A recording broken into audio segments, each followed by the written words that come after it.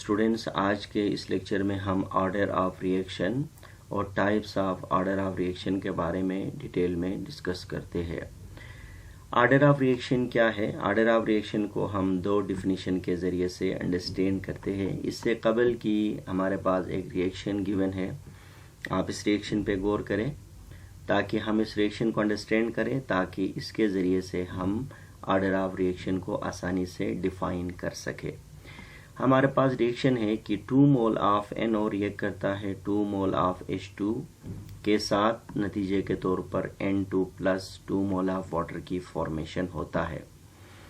अगर हम इस रिएक्शन का मैकेनिज्म देखें, इस केमिकल रिएक्शन का अगर हम मैकेनिज्म देखें तो इस केमिकल रिएक्शन का जो मैकेनिज्म है ये 2 स्टेप्स पर मुश्तमिल है, जिसमें से जो फर्स्ट स्टेप है जिसको स्लो स्टेप कहा जाता है और स्लो स्टेप को रेट डिटरमिनिंग स्टेप भी कहते हैं।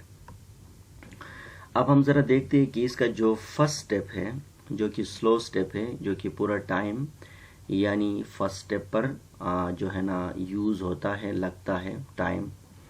तो ऐसे में जो फर्स्ट स्टेप में हम देखते हैं कि यहाँ पर क्या है, यहाँ पर 2 मोल ऑफ NO रिएक्ट करता है 1 मोल ऑफ हाइड्रोजन के साथ, यानी NO के 2 मोल हिस्सा लेते हैं और हाइड्रोजन के 1 मोल हिस्सा लेता है गैस का। ये रिएक्ट करके हमारे पास नाइट्रोजन बनता है और प्लस 2 मोल ऑफ यानी H2O2 यानी हाइड्रोनियम परऑक्साइड बनता है, हाइड्रोजन परऑक्साइड बनता है। तो यानी जिसका फॉर्मूला है हमारे पास H2O2 है। ये हमारे पास पहला स्टेप है और जिसको हम स्लो स्टेप इसको हम कहते हैं। इसके बाद सेकंड स्टेप में हम देखते हैं कि जो H2O2 बना है यानी हाइड्रोजन जो परऑक्साइड बना है, तो ये मज़ीद क्या करता है, 1 मोल हाइड्रोजन के साथ रिएक्ट करके हमारे पास 2 मोल ऑफ वाटर बनाता है। तो देखिए इस रिएक्शन के अंदर जो सेकंड स्टेप है ये फास्ट स्टेप है। अच्छा, फर्स्ट स्टेप को स्लो स्टेप इसलिए कहते हैं कि रिएक्शन का पूरा जो टाइम है ये फर्स्ट स्टेप पर यानी ये पूरा फर्स्ट स्टेप पर मुश्तमिल होता है, यानी टाइम सबसे ज़्यादा टाइम क्या है, फर्स्ट स्टेप पे लगती है। अच्छा, जो सेकंड स्टेप में इसमें टाइम बहुत ही कम दरकार होती है, तो इसलिए स्लो फर्स्ट स्टेप को स्लो स्टेप कहा गया है और सेकंड स्टेप को फास्ट स्टेप कहा गया है। जैसे कि हाइड्रोजन जो परऑक्साइड है इसको इंटरमीडिएट भी कहते हैं। इसको इंटरमीडिएट इसलिए कहते हैं कि आप देखें कि कंप्लीट रिएक्शन में हाइड्रोजन परऑक्साइड कहीं नज़र नहीं आता है। इसका मतलब ये रिएक्शन के बीच में पैदा होता है और उसके बाद ये दोबारा गायब होता है, इसलिए आप इसको इंटरमीडिएट भी कह सकते हो। अच्छा, इंटरमीडिएट 1 मोल हाइड्रोजन के साथ रिएक्ट करता है, इसको फास्ट स्टेप कहते हैं क्योंकि ये हाईली अनस्टेबल होता है, आसानी के साथ 1 मोल ऑफ हाइड्रोजन के साथ रिएक्ट करके 2 मोल ऑफ वाटर बनाता है। अब हम इसको कैंसिल कर लेते हैं, हाइड्रोजन परऑक्साइड कैंसिल हो गया, तो हमारे पास 2 मोल ऑफ NO प्लस और 2 मोल ऑफ हमारे पास हाइड्रोजन और N2 plus 2 mole of water की फॉर्मेशन हुआ। अगर हम इसका रेट ला लिखें, जैसे कि पिछले लेक्चर्स पे बात हुई थी कि रेट ला क्या है, रेट ला बेसिकली इसका फर्स्ट स्टेप का लिखा जाता है कि आप देखें दिस इज द रेट ला। तो रेट ला क्या है हमारे पास, K यानी कंसंट्रेशन ऑफ NO, पावर क्या है हमारे पास, एक्सपोनेंट में 2 है, और इसके बाद कंसंट्रेशन ऑफ H2 देखें पावर में 1 है। देखिए आप रिएक्शन में 2 NO आपको नज़र आ रहा है, और इसी तरह से हमारे पास रेट ला में भी यही एक्सपोनेंट में 2 पावर है। हाइड्रोजन यहाँ देखें 2 है लेकिन हमारे पास रेट ला में 1 है। इसका मतलब ये है कि यानी इस रिएक्शन का जो रेट ला है ये बेसिकली यानी स्लो स्टेप यानी फर्स्ट स्टेप पर मुश्तमिल है। तो इसका मतलब ये हुआ कि ये रिएक्शन 2 स्टेप मैकेनिज्म है। तो इसमें हमने यहाँ देखा कि हमारे पास रेट ला हमें बता रहा है यानी NO2 एक्सपोनेंट यानी NO के 2 मोल हिस्सा लेते हैं और हाइड्रोजन का 1 मोल हिस्सा लेता है, यानी हम NO के 2 मोल्स को बढ़ाने से और घटाने से रिएक्शन का रेट पर असर होता है। हाइड्रोजन का 1 मोल को बढ़ाने से और घटाने से रिएक्शन पे असर होता है, लेकिन 2 मोल को या 3 मोल को बढ़ाने से रिएक्शन पे असर नहीं होता है। तो इसका मतलब ये है कि रेड लॉ हमें बताता है कि इस रिएक्शन का जो ऑर्डर ऑफ रिएक्शन है वो हमारे पास क्या है, 3 है। ऑर्डर ऑफ रिएक्शन क्या है, 3 है। तो हमें 3 किस तरह है, देखें आप यहाँ पर रेड लॉ में देखें 2 हमारे पास NO है, एक हमारे पास क्या है, एक्सपोनेंट में 1 है, तो ये मिलाकर हमारे पास 3 बना। अब हम इस डिफिनीशन के ज़रिए से आसानी से हम डिफाइन कर सकते हैं कि what is the order of reaction. देखें, यानी रेट डिटरमाइनिंग स्टेप में जितने नंबर ऑफ मॉलिक्यूल रिएक्शन में हिस्सा लेते हैं उनको ऑर्डर ऑफ रिएक्शन कहा जाता है। देखिए, रेट डिटरमाइनिंग स्टेप क्या है, फर्स्ट स्टेप है, स्लो स्टेप है, जो कि 2NO है, प्लस क्या है हमारे पास H2 है, और यहाँ पर 1 मोल हमारे पास H2 है और 2 मोल हमारे पास NO है। तो रेट डिटरमाइनिंग स्टेप में जितने मॉलिक्यूल, अब यहाँ पर कितने मॉलिक्यूल हिस्सा ले रहे हैं, 2 हमारे पास मॉलिक्यूल NO हिस्सा ले रहे हैं और 1 मॉलिक्यूल H2 हिस्सा लेता है। तो ये हमारे पास क्या है, रेट ऑफ रिएक्शन हमारे पास क्या होगी, हमारे पास 3 हो गए। और इसके एक और भी डिफिनीशन बन सकता है, वो क्या है, sum of exponent of rate law. देखिए, रेट लॉ मैंने आपको अभी सिखाया था कि रेट लॉ ये है, ये रेट लॉ है। देखें आप इस रेट लॉ के अंदर देखें, यानी इसमें रेट ऑफ जो रिएक्शन है, इसका जो रेट लॉ है हमारे पास, इसको हम यहाँ से मिटाते हैं तो इसका ये पूरा क्या है हमारे पास, ये पूरा हमारे पास रेट लॉ है। तो रेट लॉ में एक्सपोनेंट में जितने भी मॉलिक्यूल होंगे तो इन मॉलिक्यूल के सम अप को हम क्या कहते हैं, ऑर्डर ऑफ रिएक्शन कहते हैं। अब ये रेट लॉ हमें बता रहा है कि हमारे पास 2 हमारे पास NO के एक्सपोनेंट में मॉलिक्यूल है। देखिए आप, एक हमारे पास H2 है, तो इसी तरह रेट लॉ के अंदर 3 एक्सपोनेंट, तो ऑर्डर ऑफ रिएक्शन क्या है, 3 है। तो आपको समझ आया होगा कि ऑर्डर ऑफ रिएक्शन के 2 डिफिनीशन बने। पहला डिफिनीशन, रेट डिटरमिनिंग स्टेप में जितने नंबर ऑफ मॉलिक्यूल हिस्सा लेंगे उसको हम ऑर्डर ऑफ रिएक्शन कहेंगे। और इसी तरह से हमारे पास रेट लॉ में, यानी जितने भी एक्सपोनेंट में जो नंबर ऑफ मॉलिक्यूल जितने भी एक्सपोनेंट होंगे तो वो हमारे पास क्या होगा, ऑर्डर ऑफ रिएक्शन होगा। तो अब हम बात करते हैं कि type of order of reaction, यानी मैक्सिमम जो ऑर्डर ऑफ रिएक्शन होते हैं इसके 3 टाइप्स होते हैं नॉर्मली, यानी फर्स्ट ऑर्डर, सेकंड ऑर्डर और थर्ड ऑर्डर। कहा जाता है कि किसी भी केमिकल रिएक्शन के अंदर जो टाइप ऑफ जो ऑर्डर ऑफ रिएक्शन है ये मैक्सिमम 3 हो सकता है। कहते हैं कि 3 से ज़्यादा इसलिए नहीं होता है कि एक मॉलिक्यूल के साथ बैक वक्त 3 मॉलिक्यूल टकरा सकते हैं, कोलिजन कर सकते हैं, और 3 से ज़्यादा मॉलिक्यूल कोलिजन नहीं कर सकते। अगर 3 से ज़्यादा मॉलिक्यूल अगर सेंट्रल एटम के साथ कोलिजन करेंगे तो हमारे पास क्या होगा, यानी वेस्पर थ्योरी के मुताबिक फोर्स ऑफ रिपल्जन बढ़ेगा और जिसकी वजह से मॉलिक्यूल को आना नहीं देंगे। तो इसलिए कहा जाता है कि जो ऑर्डर ऑफ रिएक्शन है ये मैक्सिमम क्या है, यानी 3 टाइप्स होते हैं, और बाकी इसके जो सब टाइप होते हैं इन सबको मिलाते हैं तो इसके 6 टाइप होते हैं। लेकिन नॉर्मली जो ऑर्डर ऑफ रिएक्शन है इसके 3 टाइप इसलिए होते हैं कि बैक वक्त यानी एक सेंट्रल एटम के गिर्द यानी 3 मॉलिक्यूल आपस में टकरा सकते हैं, और 3 से ज़्यादा मॉलिक्यूल जब टकराने लगते हैं तो रिपल्सिव फोर्सेस बढ़ जाते हैं। तो अब हम बात करते हैं कि टाइप्स ऑफ, यानी सब टाइप और तमाम ऑर्डर ऑफ रिएक्शन। बेसिकली हमारे पास क्या है, 6 टाइप है, जिसमें से एक हमारे पास क्या है, 0 ऑर्डर रिएक्शन है, और दूसरा टाइप है फर्स्ट ऑर्डर रिएक्शन, और तीसरा टाइप है थर्ड ऑर्डर रिएक्शन, और 4th टाइप हमारे पास है थर्ड ऑर्डर रिएक्शन, और 5th टाइप है फ्रैक्शनल, यानी इसको आप 5th टाइप करें, फ्रैक्शनल ऑर्डर रिएक्शन, और 6th टाइप है यानी सीडो फर्स्ट ऑर्डर रिएक्शन। तो अब हम इनको एक एक करके डिस्कस करते हैं। 0 ऑर्डर रिएक्शन क्या है, यानी वो तमाम ऐसे केमिकल रिएक्शन जिसमें रिएक्शन का रेट रिएक्टेंट के कंसंट्रेशन पर डिपेंड ना करे, यानी अगर रिएक्शन की कंसंट्रेशन, रिएक्टेंट का कंसंट्रेशन अगर बढ़ाए या घटाए तो रिएक्शन का रेट पर कोई असर नहीं होगा। तो ऐसे रिएक्शन को ज़ीरो ऑर्डर रिएक्शन कहा जाता है। जैसे कि लिखा गया है कि those reaction in which the rate of reaction is independent of concentration of reactant is called zero order reaction.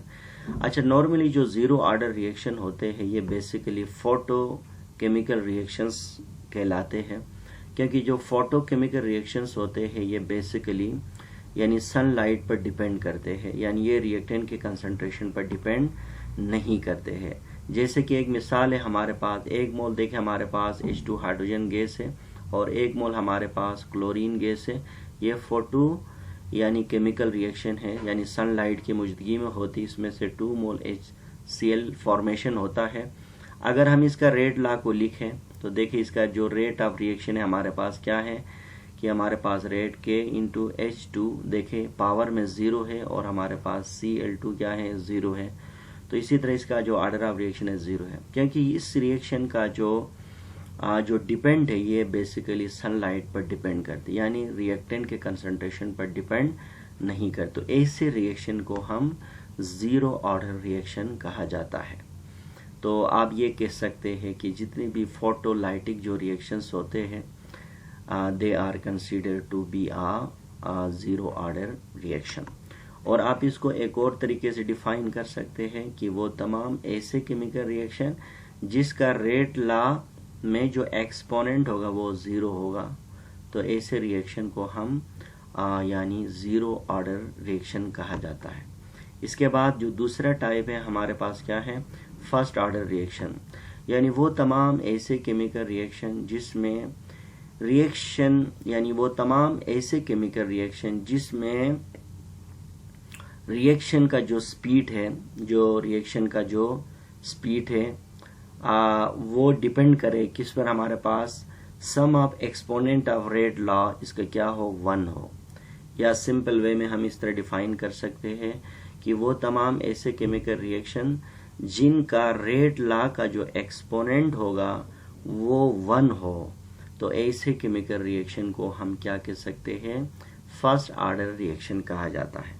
जैसे कि देखिए आपके सामने है ये रेट ऑफ रिएक्शन है कि rate of reaction is directly proportional to the concentration of A, और एक्सपोनेंट देखें हमारे पास 1 है। तो अगर हम इसका रेट लॉ लिखें तो इसका रेट लॉ कैसे बनेगा, हमारे पास देखिए इसका जो रेट होगा, रेट हमारे पास होगा, इसका रेट हमारे पास K और ये A है हमारे पास, यानी रिएक्टेंट का कंसंट्रेशन है, और ये इसके ऊपर क्या है 1 है। तो हम कह सकते हैं कि यानी रेट लॉ में जो एक्सपोनेंट है ये सिर्फ 1 है, इसका मतलब ऐसे रिएक्शन को हम क्या कहते हैं, फर्स्ट ऑर्डर रिएक्शन कहते हैं। या हम इसको ये कह सकते हैं कि ऐसे तमाम केमिकल रिएक्शन जिसमें रिएक्शन का रेट सिर्फ और सिर्फ एक मॉलिक्यूल पर डिपेंड करे, तो ऐसे रिएक्शन को फर्स्ट ऑर्डर रिएक्शन कहा जाता है। जैसे कि जो A है हमारे पास, ये बेसिकली रिएक्टेंट की मिकदार है। इसके बाद जो नेक्स्ट टर्म है वो हमारे पास सेकंड ऑर्डर रिएक्शन। अच्छा, सेकंड ऑर्डर रिएक्शन क्या है देखें, यानी ये एक रिएक्शन है, देखें हमारे पास A यानी पावर क्या है 2 है, यानी ऐसे केमिकल रिएक्शन जिसका रेट लॉ क्या हो, यानी रेट लॉ में, यानी रेट लॉ के अंदर जो एक्सपोनेंट होगा वो सम ऑफ 2 के बराबर होगा। रेट लॉ में जो एक्सपोनेंट होगा यानी सम ऑफ द एक्सपोनेंट ऑफ जो रेट लॉ होगा वो 2 के बराबर होगा, तो ऐसे रिएक्शन को हम क्या कहते हैं, सेकेंड ऑर्डर रिएक्शन कहा जाता है। जैसे कि देखें हमारे पास एक रिएक्शन है जिसमें से रेट है और A हमारे पास रिएक्टेंट है, इसमें 2 का मतलब क्या है हमारे पास, यानी रेट लॉ जिसमें 2 मॉलिक्यूल हिस्सा लेते हैं। और ये जो रेट ऑफ रिएक्शन जो सेकंड ऑर्डर ऑफ जो रिएक्शन है, जैसे कि लिखा गया कि those chemical reaction in which the sum of exponent of rate law is क्या है 2 इज कॉल्ड क्या है सेकंड ऑर्डर रिएक्शन।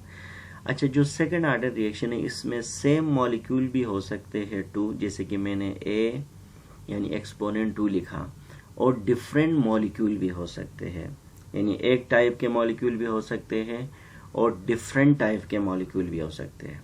अगर एक टाइप के मॉलिक्यूल होंगे तो क्या होगा, यानी a एक्सपोनेंट 2, अगर डिफरेंट होंगे तो a का 1 एक्सपोनेंट और b एक्सपोनेंट 2।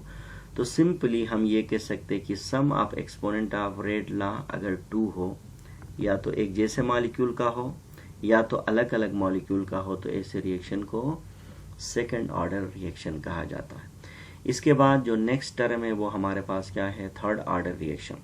अच्छा, थर्ड ऑर्डर रिएक्शन क्या है, वो तमाम ऐसे केमिकल रिएक्शन जिसमें sum of exponent of rate law इस क्या हो, 3 हो, तो ऐसे रिएक्शन को थर्ड ऑर्डर रिएक्शन कहा जाता है। जैसे कि लिखा गया कि those chemical reaction in which the sum of exponent of rate law is 3 is called third order reaction. जैसे कि देखिए इसमें भी 3 पॉसिबिलिटी है, जो 3 के 3 मॉलिक्यूल एक जैसे हो सकते हैं, जैसे कि a एक्सपोनेंट 3, 3 मॉलिक्यूल में से 2 एक जैसे हो सकते हैं, a एक्सपोनेंट 1 और b एक्सपोनेंट 2, या a एक्सपोनेंट 2 b एक्सपोनेंट 1 हो सकता है, लेकिन ओवरऑल कितने होंगे, 3 होना चाहिए।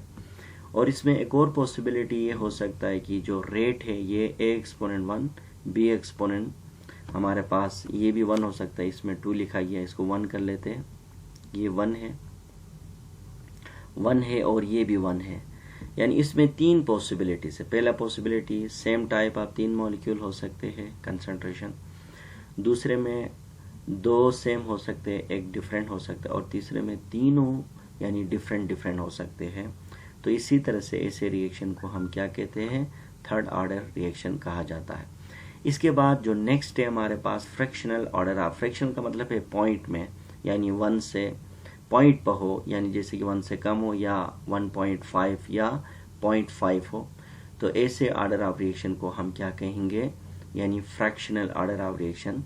यानी वो तमाम ऐसे केमिकल रिएक्शन जिसमें sum of exponent of rate equation को हम रेड लॉ भी कहते हैं, वो किस में आए, फ्रैक्शन में हो इसका वैल्यू, तो ऐसे रिएक्शन को हम फ्रैक्शनल ऑर्डर ऑफ रिएक्शन कहते हैं। जैसे कि लिखा गया those chemical reaction in which the sum of exponent of rate law is fraction is called fractional order of reaction. आपके सामने एक एग्जांपल है, H2 है हमारे पास, Br2 है, ब्रोमीन है, रिएक्ट करते हैं 2 मोल ऑफ HBr बनता है।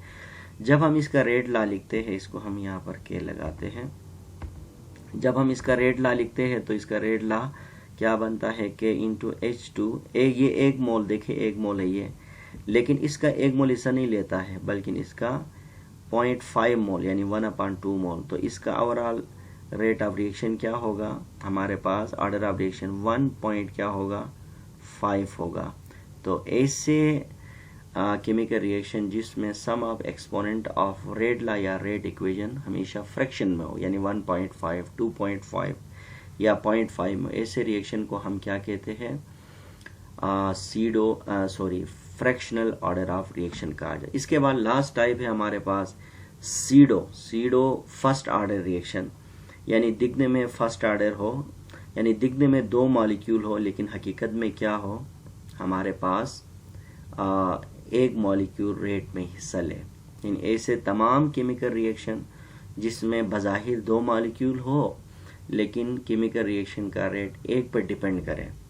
जैसे कि कहा गया है कि वो तमाम ऐसे बाई मॉलिक्यूलर रिएक्शन जिसमें 1 मॉलिक्यूल क्या हो, सॉल्वेंट के तौर पर इस्तेमाल किया जाए, और इसका कंसंट्रेशन जो है कांस्टेंट हो, क्योंकि जो मकदार सॉल्वेंट होता है वो ज़्यादा मकदार में होता है, तो इसका कंसंट्रेशन कांस्टेंट होता है, और वो रिएक्शन में रेट डिटरमाइनिंग स्टेप में वो हिस्सा नहीं लेता है। तो ऐसे रिएक्शन को हम क्या कहते हैं, सीडो फर्स्ट ऑर्डर रिएक्शन कहा जाता है। जैसे कि लिखा गया अब बाई मॉलिक्यूलर का मतलब 2 molecular reaction for which the solvent is in क्या है, excess and its concentration remain constant, does not take part in the rate determining step, is called क्या है, यानी हमारे पास सीडो फर्स्ट ऑर्डर रिएक्शन। जैसे कि देखें हमारे पास CH3 और C और बॉन्ड है हमारे पास Br, इसका नाम है टर्शरी अल्काइल भी आप कह सकते हैं, और टर्शरी आप ब्रोमाइड भी कह सकते हैं। टर्शरी ब्रोमाइड को हमने वाटर के साथ रिएक्ट कराया। देखिए ये वाटर इस वक्त यहाँ सॉल्वेंट के तौर पर काम करता है, रिएक्ट कराने से हमारे पास देखिए टर्शरी अल्कोहल बन जाता है और HBr बनता। अब इस केस में देखिए जो वाटर है ये एक्सेस में है और ये रेट डिटरमिनिंग स्टेप में ही शामिल नहीं होता है, तो इसलिए ये रिएक्शन दिखने में आपको सेकंड लग रहा है, लेकिन हकीकत में वाटर का एक्सेस होने से ये फर्स्ट ऑर्डर है, इसलिए इसको हमने क्या नाम रखा, सीडो फर्स्ट ऑर्डर का नाम रखा। तो अब इसका रेट ला लिखे तो क्या होगा, रेट इज इक्वल टू के इंटू टर्शियरी ब्यूटाइल होगा। अब देखिए यहाँ वाटर मिस है, तो इसका मतलब ये कि इसका ऑर्डर ऑफ रिएक्शन क्या है, 1 है, लेकिन वाटर होने के बावजूद 1 है, तो इसलिए इसका नाम दिया गया pseudo first order of reaction, इसको कहा जाता है।